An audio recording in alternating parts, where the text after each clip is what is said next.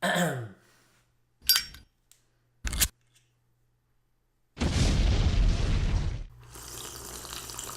lipstick on the rim makes me relatable.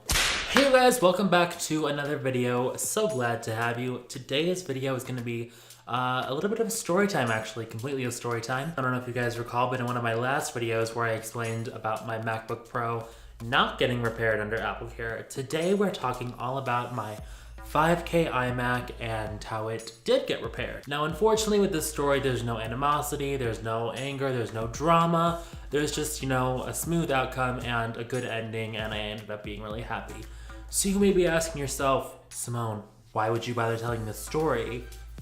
Where are the views gonna come from? Where's the drama? Where's the impact? Where's the climax of the story coming from?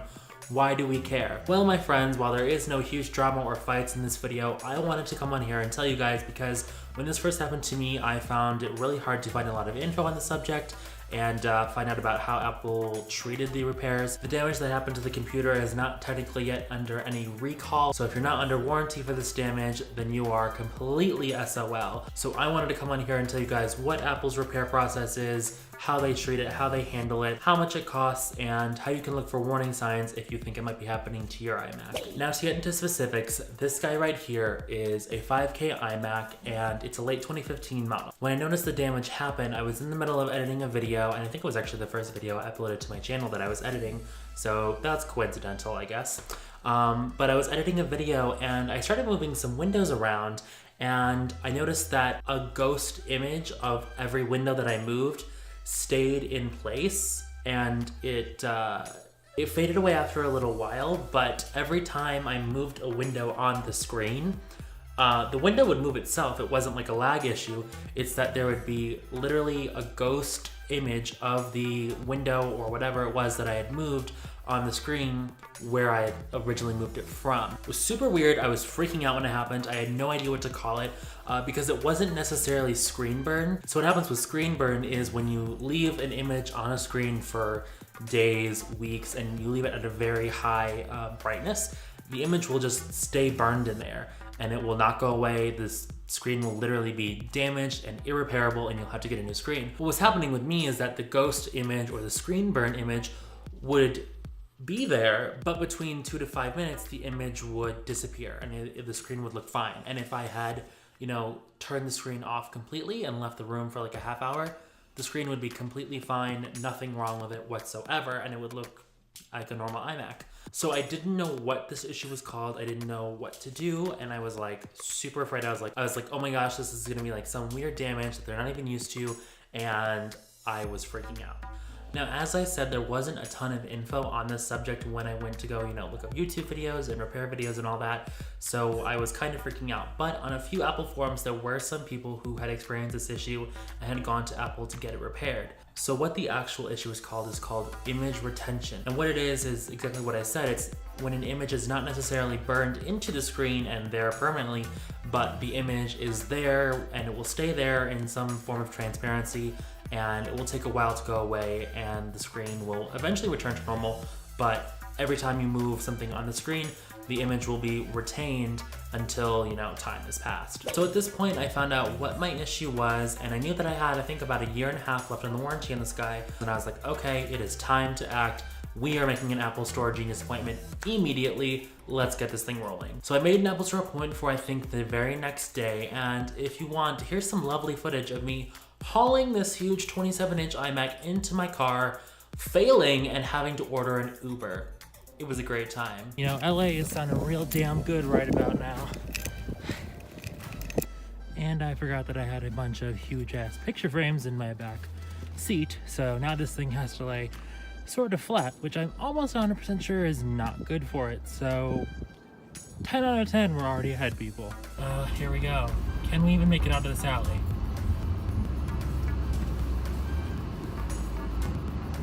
And I think that's a negative, people. So I think we'll be Ubering to the Apple Store.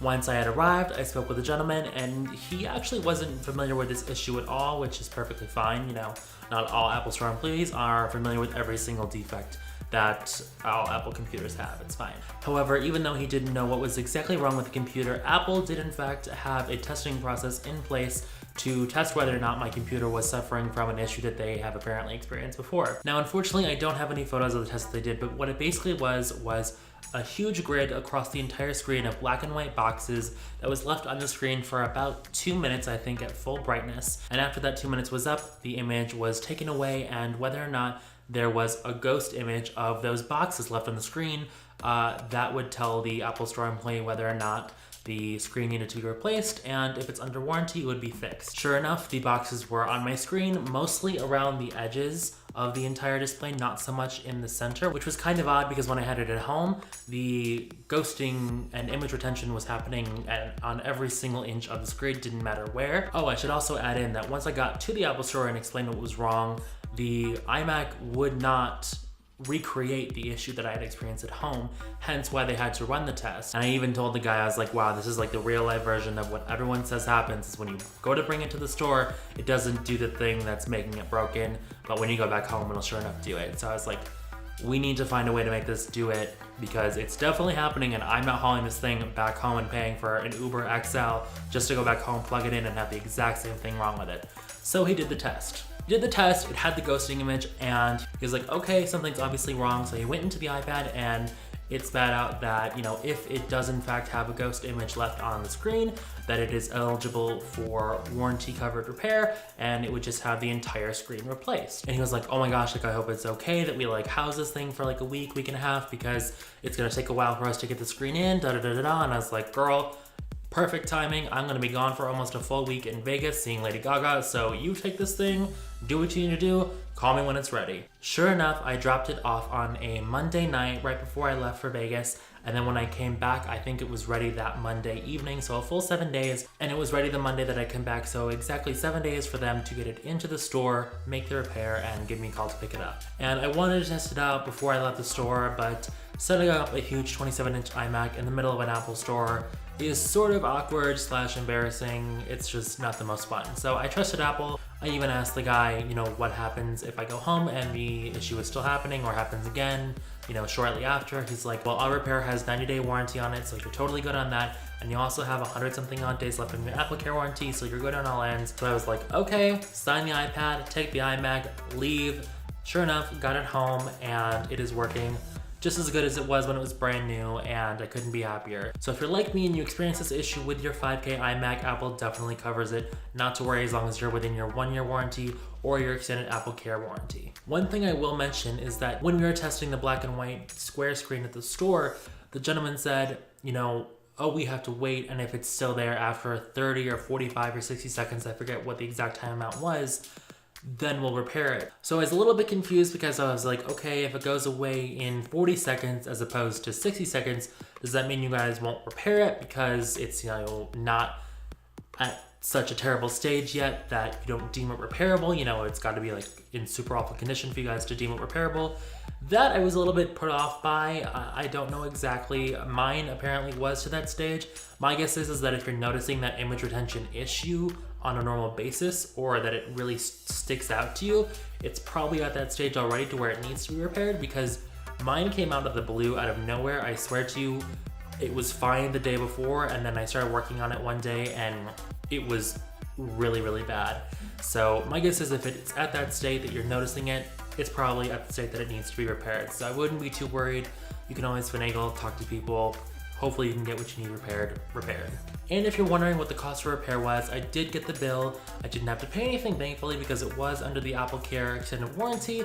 But had I not had it under warranty, it would have been a whopping $550. So very thankful that I got the AppleCare warranty. It paid for itself. I think that's almost exactly double what AppleCare costs. So always, always, always get the AppleCare. I don't get AppleCare on my phones or iPads, which is probably a stupid move.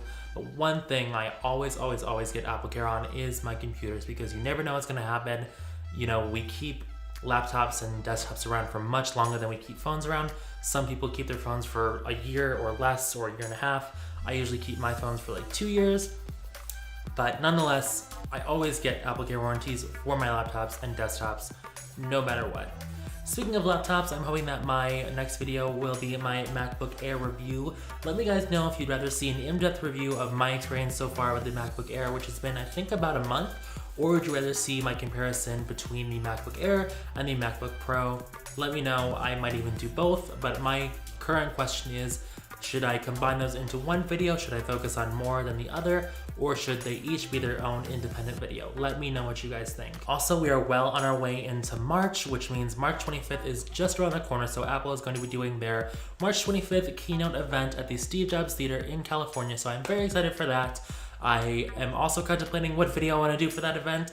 I don't know if I want to do like a live impression video and get my like initial reactions to everything and just kind of record myself reacting to the keynote, or if I should do, you know, a full roundup of what is talked about. Let me know what you guys want to see. I'm really into the thought of doing a live reaction video. Obviously I won't keep it, I'll cut it down to like, you know, 10, 15, 20 minutes. I'm not gonna keep it a 2-hour reaction video. That would be, oof, not cute. But let me know what you guys would want to see. And if you wanna know what's coming up on the March 25th event, make sure to go watch Nikias's, aka Apple World's, new video on what is expected to be released on March 25th. I'm sure you guys do not need me to introduce you to him. He is one of the biggest, best, and most awesome tech YouTubers there is. He's shown me a lot of kindness lately here on YouTube and on Twitter, and I cannot say thank you enough. Nikias, if you are watching this, thank you so much for your kindness. I am forever a fan. I bow to you, and I am just so grateful for your support. So thank you so much. I just had to say that on video because it blows my mind that this early on in my, you know, career, whatever you want to call it, on YouTube, that I have the support of someone like you. So thank you. And if you're a fan of Nikias's and you came over here because of his support, thank you so much for coming over. I value you guys so much, and I'm really excited to, you know, grow this community and, you know, just have a bunch of nerds talking about Apple products and technology and, you know, just keep being nerds. Anyway, you guys, thank you so much for watching today's video. I hope you enjoyed it. Leave a like, leave a dislike, maybe a hate comment, why not? Hope you guys enjoyed it. I'll see you on the next one. Bye.